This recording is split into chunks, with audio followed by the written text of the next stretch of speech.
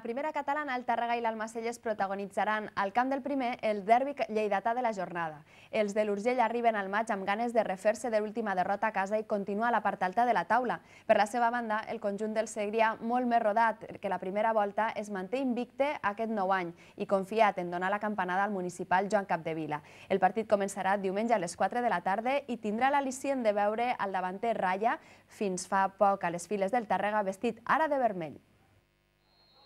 El Tàrrega-Almacelles d'aquest diumenge estarà marcat pel retorn de Raya a la que va ser la seva casa durant les últimes temporades. L'exdavanter del Tàrrega va fitxar pel conjunt del Segrià tot just començar l'any i de moment sembla que les coses li van força bé. Raya ha fet 3 gols en 3 partits, 2 en el seu debut a casa contra el Can Fatjó i un altre diumenge al camp del Júpiter. Ara, i per un d'aquells capricis del calendari, el davanter tornarà a Tàrrega però vestit de vermell. Tothom quan torna a l'equip que ha estat abans, ell ho sap, que té molts amics allà, però segurament tindrà part de l'afició que també no ho entén i segurament serà un partit una mica complicat per ell.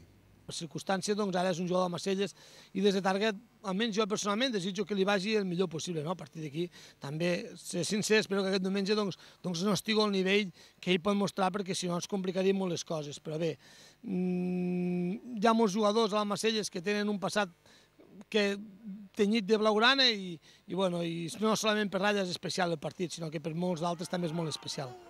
Tots dos equips arriben al derbi lleidatà amb sensacions oposades.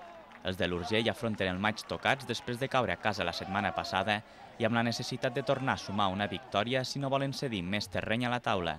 Edu Marc és conscient que el rival tindrà poc a veure amb el de la primera volta i preveu un partit força igualat. Ara mateix ells arriben molt bé, nosaltres també arribem bé, aunque si ens basem en els últims resultats, sembla que puguen ser els més favorits. Jo crec sincerament que no hi ha cap favorit i crec que a la primera volta potser una miqueta més del Tàrrega per a saber una miqueta més què escolla la primera catalana que l'Almacelles, però crec que a hores d'ara l'Almacelles amb els jugadors que té és un equip que segur que estarà a la part alta també o a la part mitjana alta de la classificació amb cotes molt tranquil·les.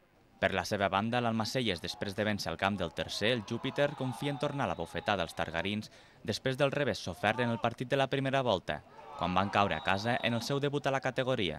Sí, la veritat és que el partit va ser l'inici de temporada, ens va agafar a nosaltres amb moltes baixes, amb un equip que coneixia molt bé aquesta categoria i que tenia les coses molt clares. I ara nosaltres arribem amb pràcticament tota la totalitat dels efectius, coneixent el joc del Tàrrega i assimilar una miqueta més el fet d'aquesta categoria, per tant crec que arribem millor que no pas a la primera volta.